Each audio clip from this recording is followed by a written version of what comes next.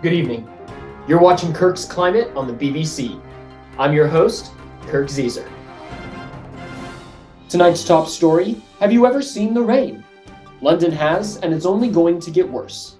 Walking down the street after a rainfall, you might have noticed gurgling drains or large puddles forming along the road. These are small symptoms of a larger problem.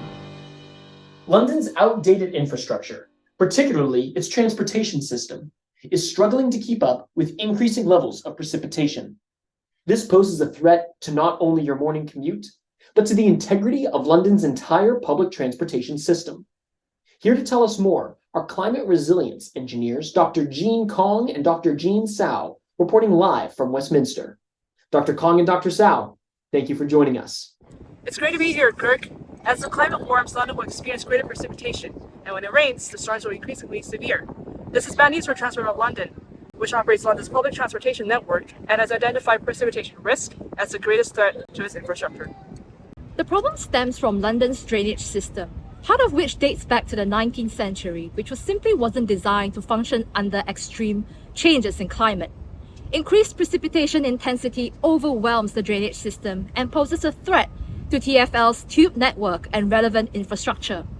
To quote my colleague Ian Utley, a senior drainage engineer at London Underground, you can't get an asset more vulnerable to flooding than a network of underground tunnels. In 2012, one incident of a flood-induced ruptured water main sent 3 million litres of water down a ventilation shaft between Mile End and Stratford, forcing the central line to be closed for 26 hours, leading to a total cost of £4 million.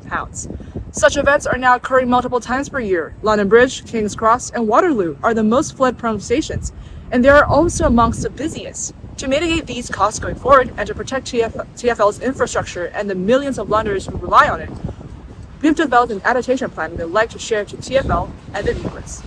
A proper adaptation plan for TfL will address flood risks on a variety of fronts. To begin, an improved government strategy should be implemented. We recommend the establishment of a flood intelligence and response group responsible for continuous monitoring of flood risk so as to provide warning signals to vulnerable tube stations ahead of time. We also recommend the creation of borough-based flood planning advisory groups with local expertise to create tailored frameworks for flood resilience in specific areas. It would also help for general awareness and for potential collaborations if TfL begin to more transparently disclose information related to flood spending and damages in its annual report. Technical solutions are also needed. One which we recommend for TfL is the use of underground water storage tanks situated next to vulnerable tube stations, which have capacity to divert and trap flooding water. The tanks are made of reinforced concrete and can withstand the weight of buildings and other infrastructure above them. If there is no space by tube stations, TfL could collaborate with local boroughs or the London government to build the tanks under parks and other public places. This method is used by Tokyo, which is considered to have one of the best flood risk management strategies globally. We also suggest TfL implements nature-based solutions. Such strategies include equipping train and tube stations with green roofs and planting rain gardens along overground tube and rail lines. Both of these methods result in greater absorption of rainwater and a reduced amount of runoff water flowing into stations and damaging infrastructure. Such methods have a range of indirect benefits such as reduced GHG emissions and better insulation of stations. We also advise TfL to collaborate with insurance partners to improve their flood forecasting capabilities. In addition, TfL should define and lay out better contingency plans, which include clear emergency detours to reroute travelers in the event of a flash flood. On top of all this, a public awareness campaign is needed to engage with the public on flood risk and explain that short-term delays due to network upgrades are necessary for the long-term climate resilience of their travel routes. This problem sounds as concerning as it does urgent. Dr. Kong and Dr. Sau, thank you for sharing your expertise with us. But here on Kirk's Climate, we're all about turning solutions into action. Joining us now is Ferdi Huber, Chief Financial Officer for Transport for London, and Anastasiya Savchenko, TfL's lead engineer. Ferdi and Anastasia, it's a pleasure to have you with us.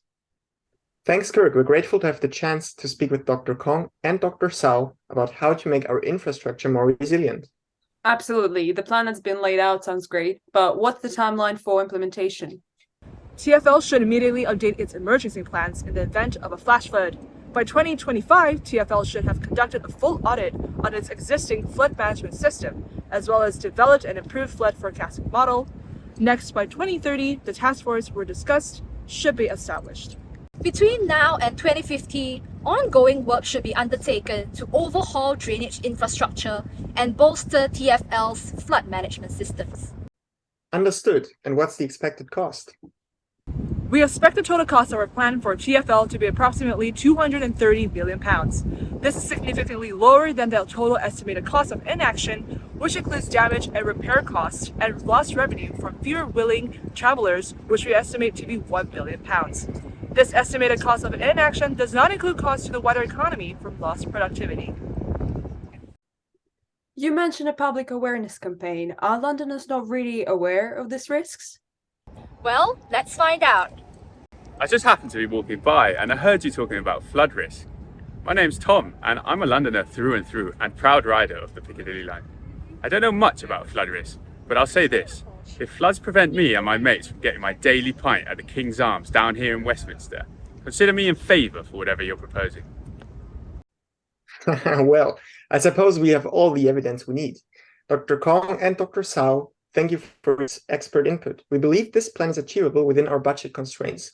We'll report back to the TfL board with your adaptation plan and begin working on its implementation immediately. That's what I call getting it done. Kirk's Climate never fails. Dr. Kong, Dr. Sau, Ferdi, Anastasiya, thank you all so much for your time. Tonight, you may hear the pitter-patter of rain, but tomorrow, let's hope it's drowned out by the whir of construction projects to make TfL's infrastructure more resilient to flooding. And that's the way it is on March 23rd, 2023. Thank you for joining us on another episode of Kirk's Climate. See it, say it, sorted, and we'll see you next time.